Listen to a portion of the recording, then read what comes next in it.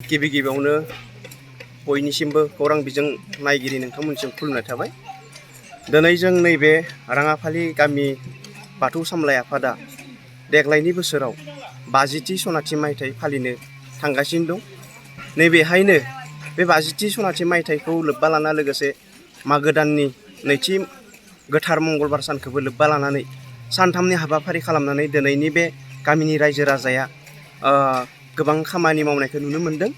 बेखौनो खावलायो जे थांनाय बोसोराव जेरैबायदिहाय फालिदोंमोन बे बोसोरावबो आफा इसोर बोराइ बाथौनि अननाय मोननानै जेबो खैफोद आफोदाव गोग्लैयालासिनो जाहाथे जों नैबे 50थि मायथाइखौ मोजां फालिनो हायो।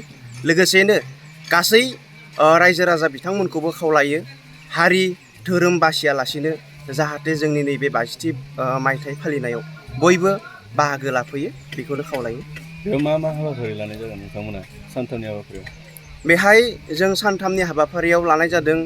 गिबि सानखालि फुंनि 4 बाजियावनो थानसालि फोसाबनाय दं। बेनि उनावहाय आलारि बाथि सावनाय, बेजों लोगोसेनो गाहाय दरखं बेखेवनाय दं। गाहाय दरखं बेखेवखांनायनि उनावहाय जों गोथैसो बावनाय दङ।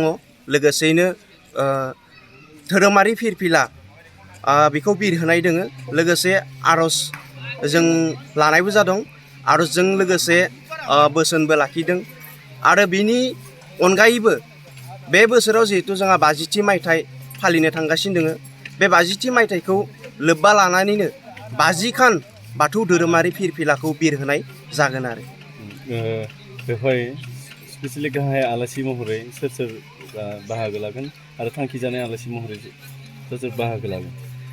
बेहाय जोंहा थांखि जानाय आलासि हिसाबै दं उदालगुरि जिल्ला आयदेर बियाबनि बोसोनगिरि मुस्रिमा सुमित्रा बर' बिथाङा दं।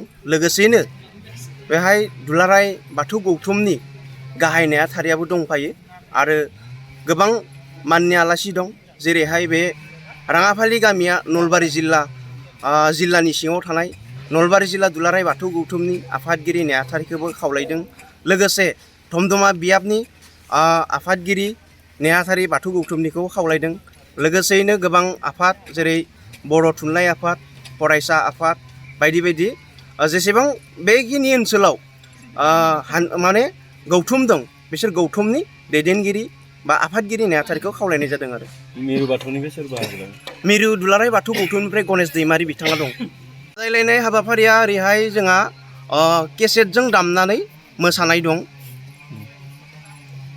आर'जफोरनि माबाफोर बादायलायनायफोर? आर'ज बादायलायनाय जों बेबायदिहाय लानाय जायाखै।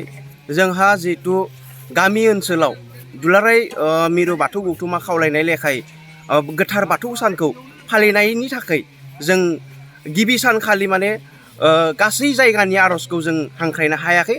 हांख्रायदोंमोनब्लाबो बिथांमोना जोंनि बेयाव फैनो हाया।